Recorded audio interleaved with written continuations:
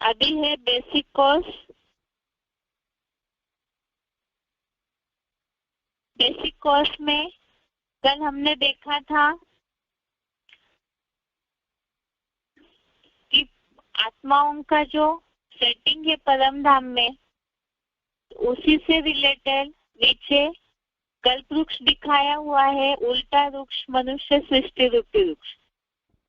तो जैसे जैसे आत्माओं की यहाँ इस सृष्टि पर स्थिति होती है, बुद्धि जितना परे से परे होगी, तो उसी आधार से परम धाम में आत्माएं अपने से नीचे वालों को अपनी परिधि में घेर के रहती है। अर्थात यहाँ ही वास्तव में जो आत्माएं जन्म मरण के चक्र में आते रहती है, उसी आधार से परम धाम में भी आत्माओं का सेटिंग है। वो तो चित्र में सिर्फ समझने के लिए है। यहाँ ही इस सृष्टि रंगमंच पर सभी आत्माओं का पाठ, उनका कर्म, बुद्धि की जो स्टेज है, वो यहाँ ही इस सृष्टि रंगमंच पर ही प्रत्यक्ष होती है।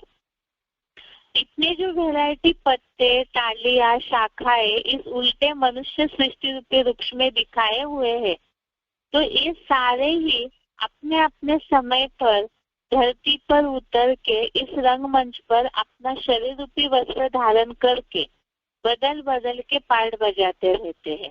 अर्थात जन्म मरण का चक्र अविरत जो 4 सीन वाला ड्रामा है, उसमें चलते रहता है। अब इस बात के लिए ये जो जन्म मरण का चक्र है आत्माओं का, इस बात के लिए ही मनुष्यों में एक गलतफहमी है। वो गलतफहमी ये है कि मनुष्य आत्माएं 84 लाख योनियों में जाती है। अब इस गलतफहमी को, ये जो भ्रांति फैली हुई है, इसे ईश्वरीय ज्ञान के आधार से जिज्ञासुओं को क्लियर करना है। इसमें पहली बात है, जिज्ञासुओं से ये बातें पूछनी है कि अगर 84 लाख योनियों में भ्रमण करने के बाद मनुष्यों को श्रेष्ठ जन्म मिलता है, ऐसे माना जाता है, तो फिर अभी जितने भी लोग इस सृष्टि पर है, इनका मनुष्य जन्म है, तो क्या सभी के सभी ही इस जन्म को श्रेष्ठ अनुभव कर रहे हैं? क्योंकि अगर एक ही जन्म मिल रहा है सभी को, तो ये जन्म तो सबको श्रेष्ठ अनुभव करना चाहिए। तो उत्तर तो यही होगा नहीं, क्योंकि इस जन्म में ये जो कलयुगांत का अंतिम समय चल रहा है, तो इसमें कोई भी अपने को श्रेष्ठ अनुभव नहीं कर रहे हैं। सभी चाहे अमीर हो गरीब हो, लेकिन दुखी जरूर है कोई ना कोई एंगल से सभी। तो इसीलिए कि 84 लाख योनियों के बाद मनुष्य जन्म मिलता है, ये बात पहले ही गलत साबित हो जाती है। दूसरी बात है कि मनुष्य आत्माओं का दूसरे दूसरे योनियों में जाने का क्या कारण हो सकता है? 84 लाख योनियों में मनुष्य आत्माएं भटकती है, तो इसका क्या कारण हो सकता है? क्या सच में ये सच्चाई है, या तो ये सिर्फ एक गलतफहमी है? अगर ये मान्यता फैली हुई है, तो इसके पीछे क्या राज है? ज्यादातर लोग ये बताते हैं कि मनुष्य जो इस जन्म में पाप कर रहे हैं, उस पाप कर्म का दंड भोगने के लिए अलग अलग योनियों में मनुष्यों को जन्म लेना पड़ता है।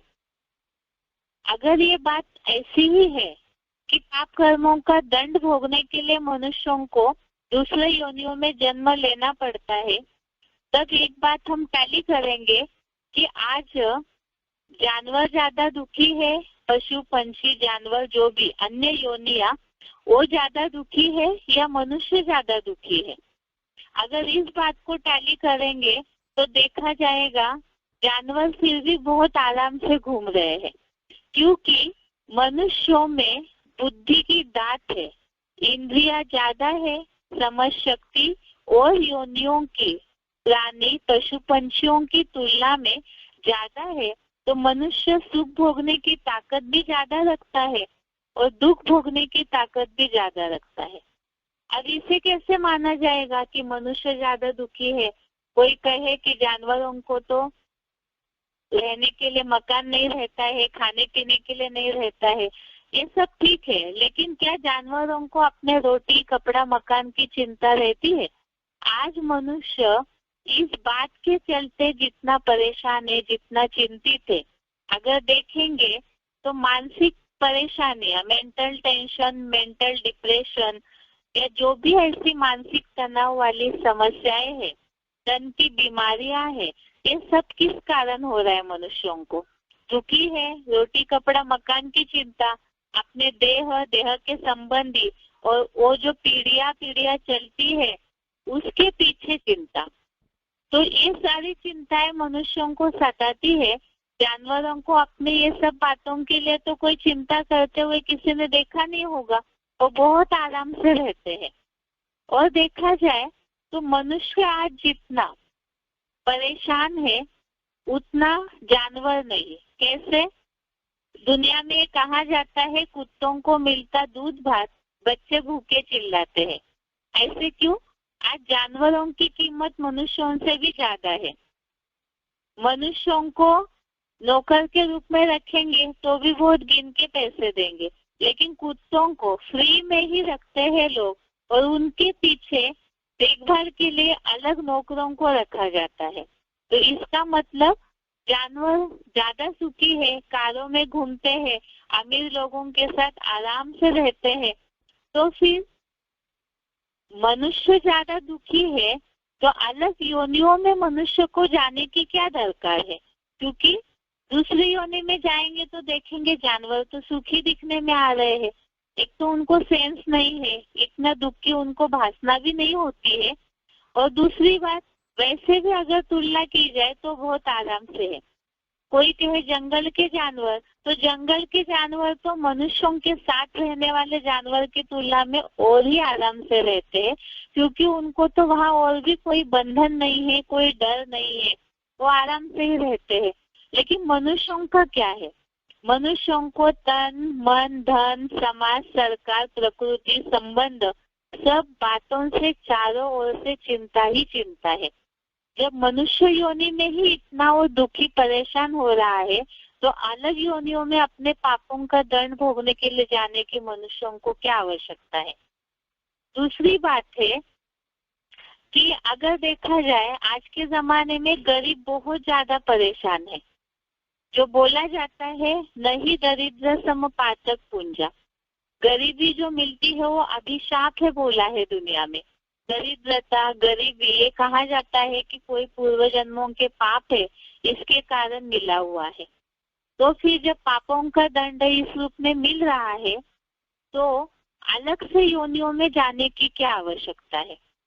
और दूसरी बात है कि अगर ये बात ऐसे ही है कि पाप कर्मों का दंड भोगने के लिए अलग योनि में जाना पड़ता है, ये बात तो समझ ली, विज्ञानों को ये समझाया कि जानवरों से भी ज्यादा मनुष्य दुखी है, तो जानवर योनियों में सजा मिल रही है, ये कैसे कहा जाएगा?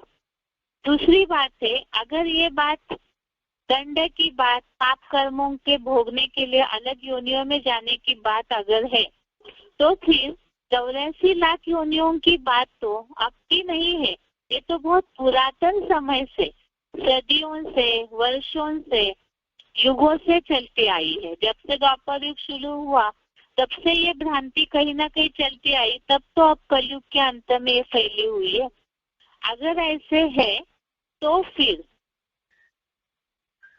पुराने जमाने में भी राजाएं प्रजा को गलत कर्मों का दंड देते थे। आपके जमाने में भी अब तो संविधान बना हुआ है, हर पाप कर्म का तुरंत दंड मिलता है, पुलिस लगे हुए हैं, कितने सारे गवर्नमेंट ने इतने सारे जो डिपार्टमेंट बनाए हुए हैं ताकि समाज में जो भ्रष्टाचार, अत्याचार, हिंसाचार चल रहा है वो रुके। तो ये पाप कर्मों का दंड ही तो है। जो भी ऐसे संविधान बनाने वाले हैं, पुराने जमाने में राजाएं जो ब्राह्मणों से राय लेते थे, विद्वान पंडित उनसे राय लेते थे, तो क्या वो इस बात को नहीं जानते थे कि 84 लाख योनियों में जाते हैं, पाप कर्मों का दंड मनुष्य को भोगना पड़ता है? जब इस बात को जानते थे कि उन्होंने फिर इस तरह की दंड प्रक्रिया वाला संविधान, ये जो तौर तरीके है, ये नियम क्यों बना के रखा? इसका मतलब कहीं ना कहीं अंतरात्मा में सब जानते हैं कि मनुष्य को मनुष्य रूप में ही पापों का दंड मिलता है। इसे भी हम समझते हैं, जैसे कि इस जन्म में जो कर्म करते हैं उन्हें तो जैसे चोरी की तो जेल में डाल दिया, हिंसा की तो फांसी की सजा दी, तो दंड तो मिल रहा है, तो अलग से योनियों में जाने की क्या आवश्यकता है। कोई ये कहे कि उतने से उनके पाप का खात्मा नहीं होता है, तो अगर समझ लिया कि ऐसे नहीं हो रहा है, इस जन्म में किसी ने हिंसा की, फांसी पे चढ़ा दिया, अगले जन्म में वो शेर बन गया, तो हिंसा ही तो करेगा। कोई और जानवर के रूप में भी अगर जन्म लेता है तो भी जानवर, हर जानवर मोस्टली हिंसा तो करते, ये कलयुग में तो ज्यादातर जानवर हिंसा करते, तो फिर दंड मिल रहा है ये कैसे कहा जाएगा। और जानवरों को तो कोई तुरंत जेल में भी नहीं डालता है। दूसरी बात ये है, एक तो संविधान बना है, दूसरी बात मनुष्य इस बात को जानते हैं कि मनुष्य अलग योनियों में जाता है। अगर ये बात सच होती तो ये जो मनुष्य आज के समय में कमा रहा है, अपनी पीढ़ी दर पीढ़ी के लिए कमाते रहता है, तो ये जब पता है तो फिर ये सारी पीछे मेहनत क्यों? क्योंकि हर मनुष्य को तो अगले जन्म में जानवर ही बनना है, तो ये सबके पीछे माथा मारने की, बहुत सारा अपना समय गंवाने की क्या आवश्यकता है। दूसरी बात है, जैसे पुनर्जन्म की जो मान्यताओं में बहुत ऐसी बातें लोग बताते हैं कि किसी न किसी को अपना जहाँ भी जन्म याद आया है वो मनुष्य रूप में ही जन्म याद आया है। ऐसे किसी ने नहीं सुना होगा, कोई शेर ने आकर बताया कि हम पिछले जन्म में इस मनुष्य अवतार के रूप में थे, या तो कोई मनुष्य को अपना पूर्व जन्म याद आया और उसने ये बताया होगा कि हम पिछले जन्म में इस जानवर के रूप में थे। ऐसे कहीं सुनने में नहीं आता है। तो इसका मतलब मनुष्य को पापों का दंड भोगने के लिए अलग से पशु योनियों में जाने की आवश्यकता नहीं है। मनुष्य योनि में ही उनका कर्मों का फल दिखने में आता है। वो कैसे? जैसे मनुष्यों में भी कितने ऐसे लोग हैं जो अपाहिज पैदा होते हैं, अंधे, लूले, लंगड़े, बहुत सारी बीमारियों के साथ, विकलांगता के साथ पैदा होते हैं।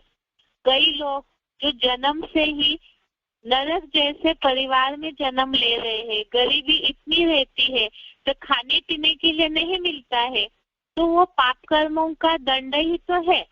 तो जब मनुष्य रूप में ही इस तरह से वैरायटी रूप में जन्म मिल रहा है, इसे बोला जाता है कि बिल्कुल जानवर जैसा जीवन है उनका।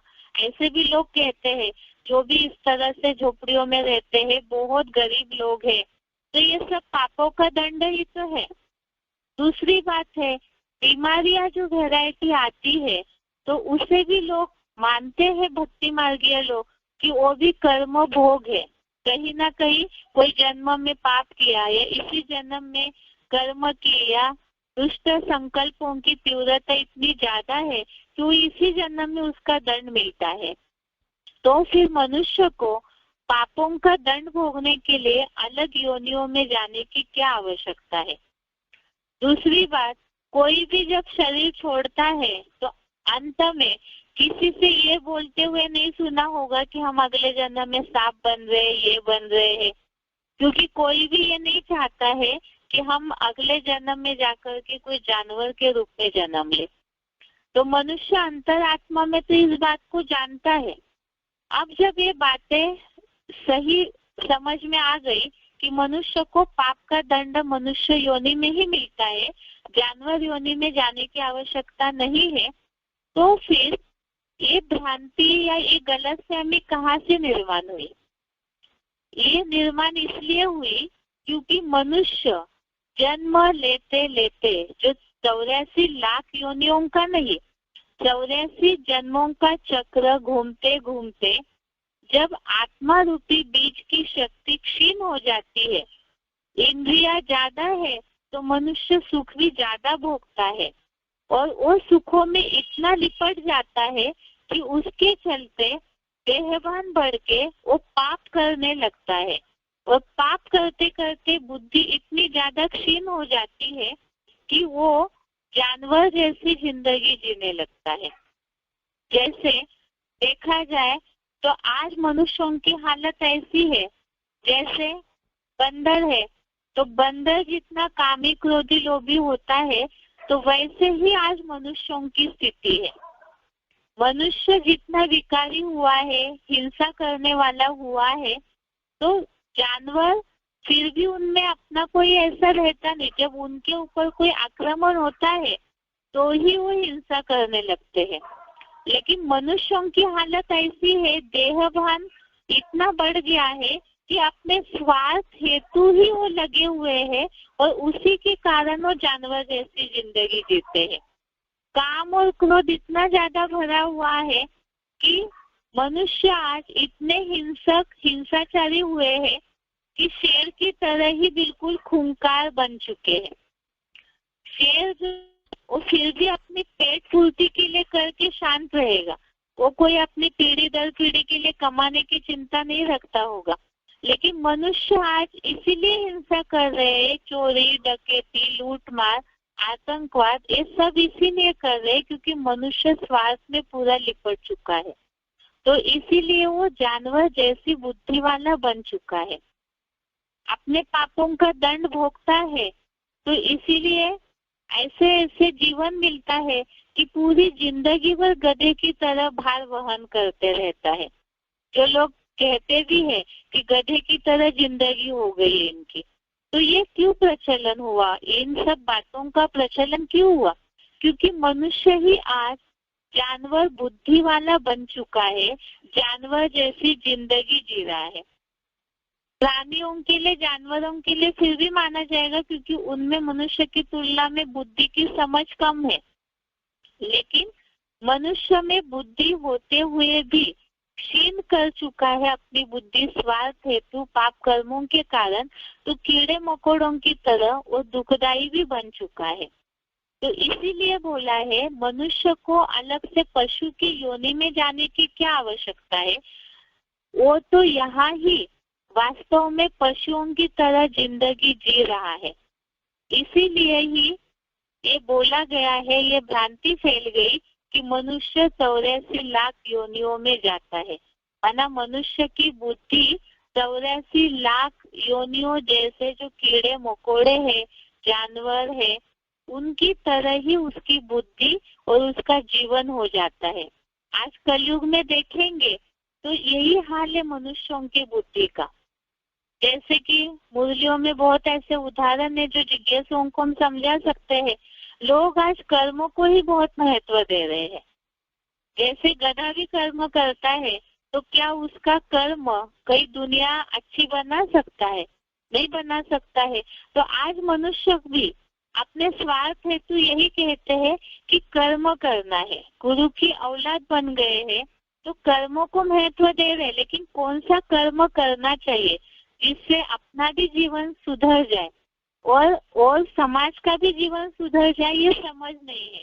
तो गधे की तरह कर्म करने वाला बन गया। इसी तरह से हर जानवर के लिए मुरलियों में ऐसी बहुत बातें आती है।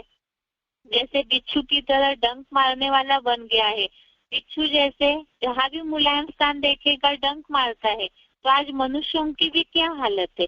अपने स्वार्थ हेतु जहाँ कहीं भी मिठास दिखाई देगा, जहाँ कोई मुलायम दिखाई देगा तो वहाँ डंक मारेंगे और पूरी तरह से उस व्यक्ति को घायल करके, मन से तन से घायल करके अपना स्वार्थ ले लेंगे। सांप की तरह विषैला बन चुका है, इतना विषैला बन चुका है कि उसके चलते वो किसी के भी जीवन को बर्बाद करने में लगे रहते हैं। तो ऐसे हर प्राणी की तरह मनुष्य हो चुका है, जिसके लिए मुरलियों में ऐसे बहुत सारे उदाहरण मिलते हैं, जिसे हम जिज्ञासुओं को समझा सकते हैं कि मनुष्यों का जीवन इस तरह से हो चुका है, तो फिर अलग से योनियों में जाने की क्या आवश्यकता है। ये भ्रांति इसीलिए फैली क्योंकि जीवन यहाँ ऐसा जी रहा है मनुष्य। इसी के लिए बताया कि वास्तव में पशु जैसी सीरत मिल सकती है, सूरत नहीं। इस बात को और एक बात से समझ सकते हैं, जैसे अगर मनुष्य सच में ही पशुओं की योनियों में जाता तो डार्विन थ्योरी और तो हिस्ट्रियों में या साइंस में ऐसे किसी ने ढूंढा नहीं लेकिन एक डार्विन थ्योरी ही मिलती है जो मनुष्य बंदर था ऐसे बताता है। लेकिन उस बात को भी पूरी तरह से डार्विन थ्योरी साबित नहीं कर पाई। अगर ये बात सच होती तो डार्विन की थ्योरी पर इतने सारे जो तर्क निकल रहे हैं वो भी नहीं निकलते। दूसरी बात, अगर डार्विन थ्योरी सच्ची होती तो फिर आज इतने सारे दुनिया में बंदर घूमते हुए दिख रहे हैं, कोई एक बंदर को मनुष्य बनते हुए तो किसी ने देखा नहीं होगा। या तो मनुष्य ही प्रैक्टिकल में कोई बंदर के शरीर लिया हो, ऐसे तो नहीं दिखने में आता है। तो ये जो बातें हैं वास्तव में ये गलत धारणाएं हैं, गलत मान्यताएं हैं। मनुष्य पशु जैसा जीवन जीने लगा है, इसीलिए ये बात फैल गई कि मनुष्य 84 लाख योनियों में जाता है। इसीलिए बताया पशु जैसी सीरत मिल सकती है, पशु जैसी मनुष्य चलन चल रहा है, लेकिन पशु का शरीर मिले, पशु की सूरत या जन्म मिले, ये बात गलत है। जिसके लिए बताया मनुष्य जो है पशु जैसी प्रकृति और भाग्य बदल सकता है, योनि नहीं बदल सकता। अर्थात अपने कर्मों के द्वारा मनुष्य अपना जो कर्म है उसके द्वारा इस तरह से अपनी हालत बना लेता है, लेकिन पूरी तरह से पशु के रूप में जन्म ले ये नहीं हो सकता है।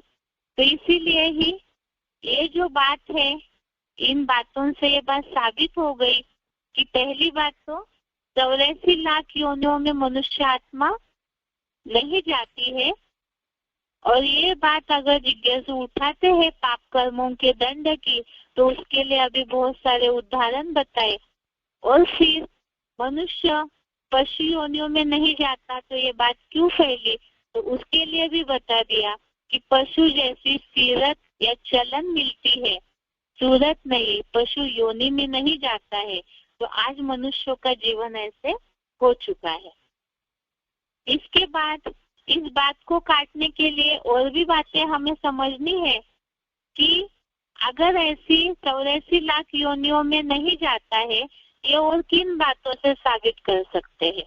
तो एक बात है कि सभी आत्माएं तो है, आत्मा रूपी बीज तो सभी है, प्राणी, पशु, पंछी, पेड़ पौधे, मनुष्य, जानवर सभी है। लेकिन क्या सभी का आत्मा रूपी बीज की जाति, क्वालिटी एक जैसी है? क्या हर बीज से एक जैसा वृक्ष तैयार होता है? नहीं होता है।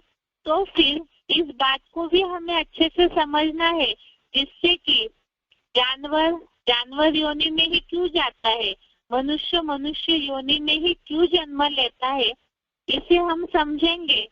लेकिन इसके पहले परम धाम का जो टॉपिक हमने समझा है उससे रिलेटेड कुछ सिलेक्टेड क्लिप है, उसे पहले हम देखते हैं। उसके बाद फिर 84 लाख योनियों की बात को आगे करेंगे।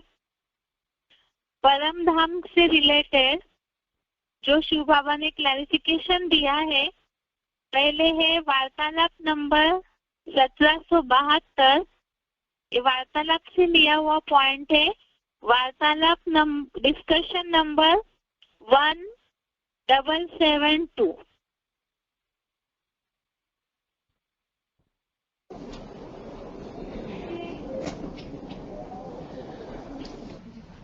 बाबा परमधाम है ना, परमधाम स्पेस के चारों ओर फैला हुआ है परमधाम है। और अनूठी ईश्वरीय योजना जो किताब है ना, उसमें बताया है कि आत्माएं ऊपर से आती है। ऊपर माने ऊंची स्टेज से आती है। ऊपर से माना ऊपर से आती है इस सृष्टि रूपी रंगमंच। ऊंची स्टेज से आती है, नीची स्टेज में। नीची स्टेज में 5 तत्व हैं। ऊपर की परमधामी स्टेज में 5 तत्व नहीं है। पर जैसे बताते हैं ना, परमधाम में एक जगह सारी आत्मा इकट्ठा रहती है ना, हद के हिसाब से।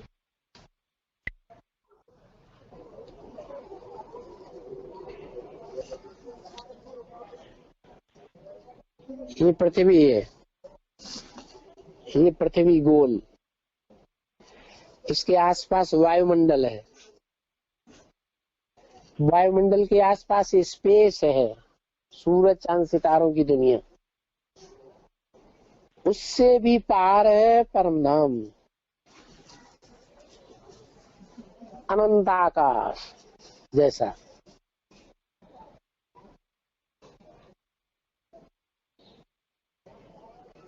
तो वहां दिशा नहीं रहती है।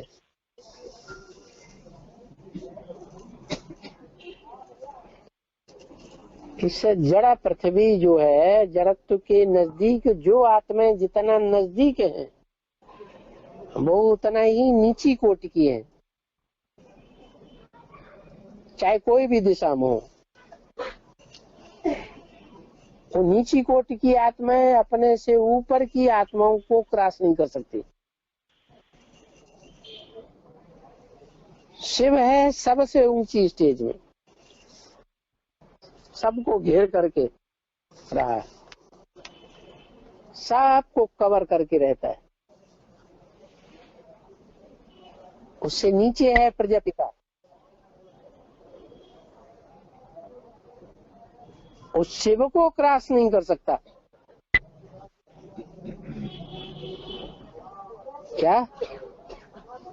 शिव की जो ऊंची स्टेज है, उस ऊंची स्टेज को प्रजापिता क्रॉस नहीं कर सकता।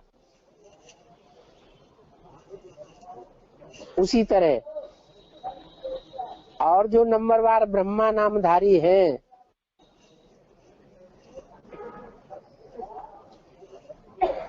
वो अपने से ऊंचों को क्रॉस नहीं कर सकते। जो भी 10 करोड़ देवताएं हैं नंबरवार, सब नीचे नीचे की ओर, पृथ्वी की ओर।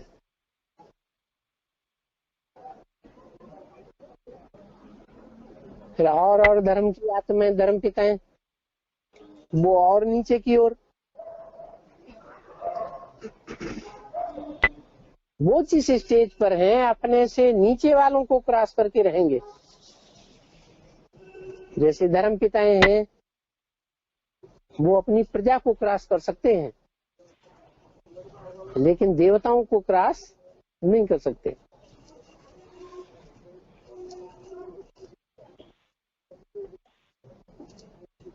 ऐसी स्थिति सभी आत्माओं की है। फिर जानवर हैं, पशु पक्षी हैं, उनसे भी नीचे कीड़े मकोड़े हैं, उनसे भी नीचे कीटाणु हैं, भ्रूण हैं।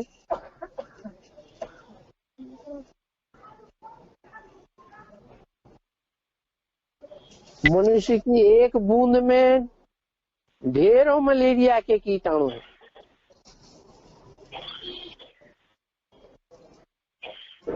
वो भी हलन चलन में आते हैं। उनमें भी आत्मा है या नहीं है? यहाँ तक कि पेड़ पौधों में भी आत्मा है। ये सृष्टि पर संपूर्ण विनाश होता है तो सब आत्माएं इस सृष्टि को छोड़ करके उस ऊंचे धाम में जाती है। अपनी अपनी बौद्धिक स्टेज के आधार पर जितना जिसने योग की पावर भरी है उतना ऊंची स्टेज पर पहुंचेंगे। जितना जितना ऊंची स्टेज वाली है वो नई सृष्टि में पहले आती है, और जितना नीची स्टेज वाली है वो सृष्टि में सबसे लास्ट स्टेज में आएंगी, तामसी स्टेज में।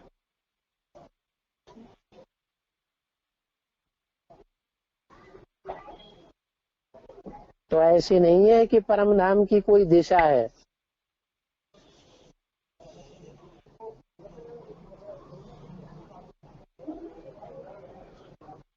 ऊपर नीचे की बात नहीं है, कवर करने की बात है। सारी आत्माएं इकट्ठा ही रहती है ना, फिर वही बात मैंने एक की उत्तर उत्तर रहती है। ये पृथ्वी है, ये वायुमंडल है, ये स्पेस है। अब जो सबसे ऊंची आत्मा है वो सबको कवर करके हर समय रहती है, उसके कवरेज से कोई बाहर नहीं जा सकता।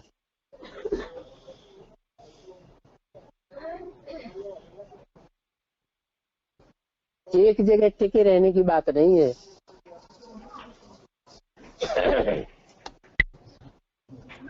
हाँ, पेड़ पौधे और जो जानवर की आत्माएं रहती हैं वे परम धाम में अपना स्थान कैसे निर्धारित करेंगी? बुद्धियों के आधार पर। पेड़ पौधों में तो बुद्धि बहुत कम होती है, तो एकदम नीचे की ओर होंगी। बंदरों में फिर भी बुद्धि होती है, वो उनसे ऊंची स्टेज में रहेंगे। और वो योग की शक्ति कैसे बढ़ती है? संग के रंग से।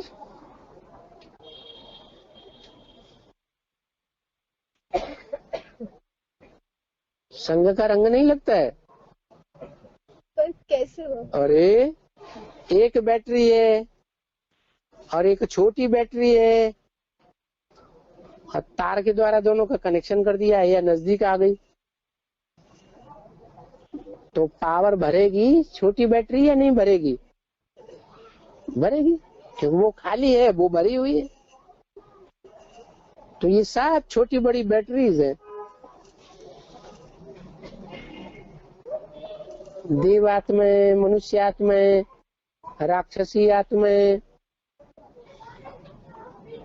जानवर, पशु पक्षी, कीट पतंगे, सब आत्माएं हैं कि नहीं है? पात्र है,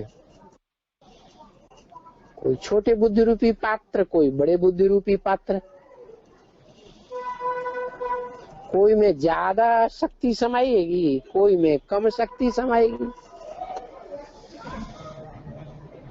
जिसमें जितनी शक्ति ज्यादा समाएगी ज्ञान योग की, वो उतनी ऊंची स्टेज को जाएगा।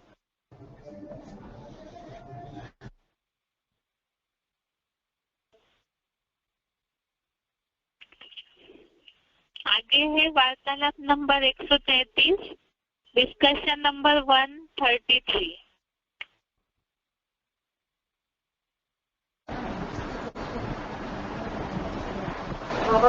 मनुष्य सब है और पशु पक्षी वृक्ष सब मिलती है।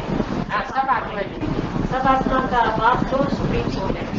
अभी तो मनुष्य को चांसेस मिल रहा है कि अपने को सुधार देगा, अपने को सुधार देगा। मनुष्य को पहले चांस मिलता है। अभी ये पशु पक्षी और जान को भी मिलता है, तो सबको चांस मिलता है, लेकिन वो चांस लेकर के अपना पुरुषार्थ अपने आप नहीं करते, वो संघ के रंग से कर लेते।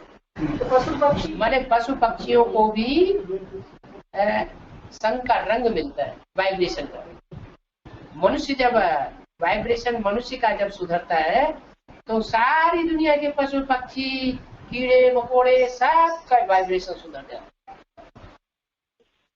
है। सबको अपने अपने स्तर पर परिवर्तन होना है।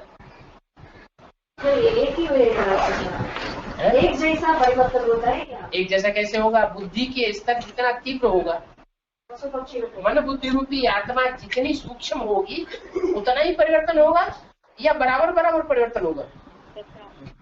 एक बीज है इतना बड़ा, एक बीज है इतना छोटा, तो ज्यादा पावर किसमें होगी? जितनी सूक्ष्म आत्मा उतना उसमें ज्यादा पावर। सूक्ष्म आत्मा होगी वो पृथ्वी के 5 तत्वों से उतनी ही ज्यादा दूर जा सकने की ताकत वाली होगी। 5 तत्वों के आकर्षण से उतनी ही परे हो जाएगी। और जितनी ही स्थूल होगी, क्या पत्थर बुद्धि होगी, उतनी ही पृथ्वी के नजदीक 5 तत्वों के नजदीक रहेगी।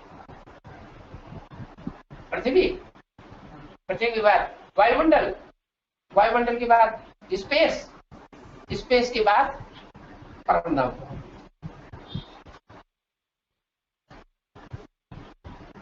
तो जो आत्मा जितनी पावरफुल होगी उतनी परे से परे रहने वाली होगी, उसकी बुद्धि भी परे से परे होगी।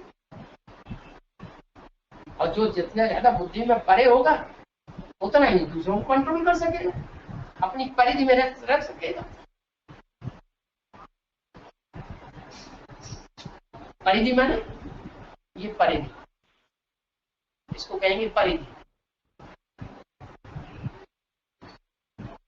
कीड़े पक्षी वो भी आत्मा है? कीड़े पशु पक्षी आत्मा नहीं है। अरे मुसलमान थोड़े समझते हैं कि इनमें आत्मा है, न कसाई समझता है। कसाई की बुद्धि में ये नहीं आता कि इसमें आत्मा है, ये भी सुख दुख भोगता है, इसलिए उसको काट देता है आराम से। और जैनी लोग बहुत जीव हिंसा को मानते हैं। जैन मुनि तो दांत भी नहीं धोते हैं, साफ करते हैं, कीड़े मर जाएंगे।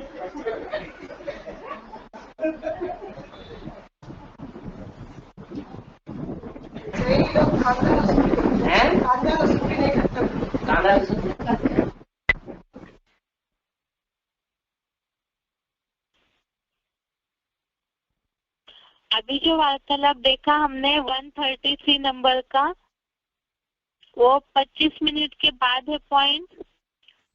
133 नंबर वार्तालाप में 25 मिनट पर ये पॉइंट है, और 1772 डिस्कशन वो 59 मिनट। 1772 ये जो डिस्कशन सुना था परम धाम के पॉइंट वाला 59 मिनट पर पॉइंट है। अभी आगे VCD number 594, VCD number 594 25 minute पर ये पॉइंट है परम धाम की क्लैरिफिकेशन वाला 25 मिनट पर। ये बेहद का ड्रामा है, ये बात भी तुम बच्चे जानते हो कि सबसे ऊपर है शिव बाबा। ऊपर है,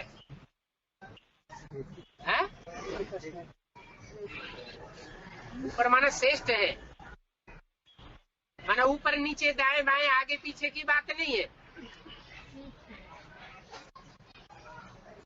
श्रेष्ठ और भ्रष्ट ये इस दुनिया की बात है। यह शिव बाबा का जो लोक है, आत्मलोक, शिवलोक, ब्रह्मलोक, पारलोक, वहां की बात है, इस दुनिया की बात है। शिव बाबा कहाँ का है? शिव कहाँ का है? वो तो परम धाम वासी है। तो जो परम धाम वासी है वो कहाँ है? परम धाम ऊपर है, नीचे है, दाएं है, बाएं है, सामने है, पीछे है, कहाँ है? हैं? इसी सृष्टि पर परम धाम होता है, बाकी नहीं होता कहीं। हैं? परम धाम जो है वो विनाशी लोक है या अविनाशी लोक है? हैं? अविनाशी लोक है ना। तो जो अविनाशी लोक है वो अगर इसी सृष्टि पर है, मान ले कि माउंट आबू पे हो, तो अभी है? हैं? अभी तो नहीं है। तो विनाशी हुआ, अविनाशी हुआ? तो विनाशी हो गया। माना ये बोला गया है तुम बच्चे परमधाम को सृष्टि पर उतार लेंगे। इसका मतलब ये हुआ कि तुम संगठित रूप में परमधाम की स्थिति बनाएंगे। परमधाम नीचे नहीं आ जाएगा, लेकिन तुम्हारी स्थिति परमधाम में रहने जैसी हो जाएगी। जैसे परमधाम में स्टेज होती है निराकारी, निर्विकारी, निरहंकारी, निसंकल्प स्टेज, ऐसे तुम बच्चों की स्टेज बन जाएगी। बाकी जो असली परमधाम है वो सूरज चांद सितारों की दुनिया से, 5 तत्वों की दुनिया से परे है। या इस 5 तत्वों की दुनिया के अंदर हो सकता है? ये 5 तत्वों की दुनिया से परे है परम धाम। ये पृथ्वी है गोल, पृथ्वी के चारों ओर वायुमंडल है, वायुमंडल के चारों ओर स्पेस है, वैक्यूम, और स्पेस के चारों ओर, स्पेस के अंदर वैक्यूम है, उसमें तो सूरज चांद सितारे दिखाई पड़ते हैं। उस स्पेस के चारों ओर परम धाम है, जहाँ सिर्फ प्रकाश ही प्रकाश है और कुछ नहीं। तो चारों ओर परम धाम हुआ या ऊपर नीचे हुआ? पृथ्वी गोल, उसके चारों ओर वायुमंडल, वायुमंडल के चारों ओर स्पेस, सूरज चांद सितारों की दुनिया, और उसके चारों ओर परम धाम, प्रकाशित लोक, अखंड फैला हुआ है, असीम है। तो ऊपर नीचे की बात है क्या? ऊपर नीचे की बात नहीं है। जो आत्मा जितनी बौद्धिक पावर में सूक्ष्म होगी, तीक्ष्ण होगी, वो आत्मा पृथ्वी के वायुमंडल से, पृथ्वी के 5 तत्वों के वाइब्रेशन से उतनी ही ज्यादा परे होकर के रहेगी।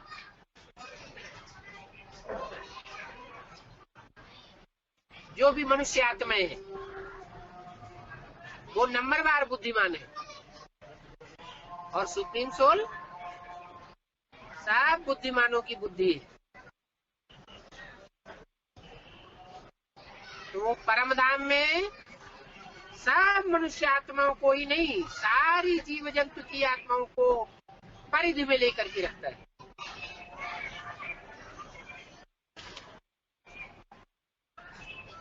प्रजापिता वाली आत्मा भी उसके परिधि में रहती है। कृष्ण की आत्मा राम वाली आत्मा की परिधि में रहती है। जो भी 500 करोड़ मनुष्य आत्मा है, सब एक दूसरे की परिधि में रहने वाली है। जैसे नंबरवार आती है, वैसे ही नंबरवार वापस जाती है। जो पहले नंबर में जाएगा वो सबसे परे रहेगा। फिर नंबरवार जो जाते रहेंगे उनकी निचली स्टेज होगी।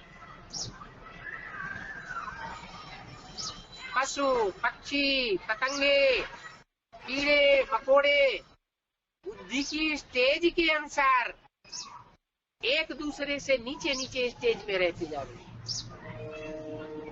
यहाँ तक ये जड़, पेड़ पौधे, इनकी भी आत्मा है। जब संपूर्ण विनाश होगा तो ये कुछ भी नहीं रहेगा। सबकी आत्मा इस 5 तत्वों के वायुमंडल से परे जाकर के टिकेगी। कोई पृथ्वी के बहुत नजदीक होंगे और कोई पृथ्वी से बहुत दूर होंगे। बुद्धि के आधार पर ये परिधि बनती है।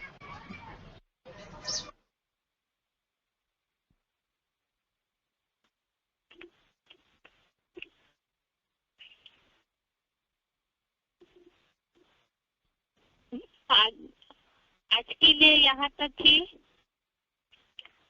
और एक सिलेक्टेड क्लिप है, वीसीडी का पॉइंट है, उसे कल सुनते हैं और कल रिवीजन भी करेंगे श्लोक की। आज के लिए यहाँ तक ही। ओम शांति।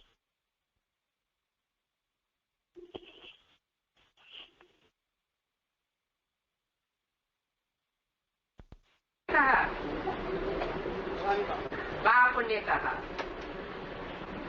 ये बाप कौन है? अपने अपने जिस्मानी बाप तो सबके अलग अलग होते हैं, लेकिन ये जो मुरली में मीठे मीठे बच्चे कहने वाला बाप है, वो इस दुनिया का बाप नहीं है। इस दुनिया में होते हैं जिस्मानी बाप, और वो है रूहानी बाप। रूहों की दुनिया से आने वाला बाप। ये रूहानी दुनिया कहाँ होती है? जिस्मानी दुनिया तो यहाँ है, रूहानी दुनिया कहाँ है? अंग्रेजों में उस रूहानी दुनिया को कहते हैं सुप्रीम एबोर्ड, सोल वर्ल्ड। मुसलमानों में उसको कहते हैं सातवां आसमान, अर्श। खुदा अर्श में रहता है, फर्श में नहीं रहता। और हिंदुओं में उसको कहते हैं परम धाम,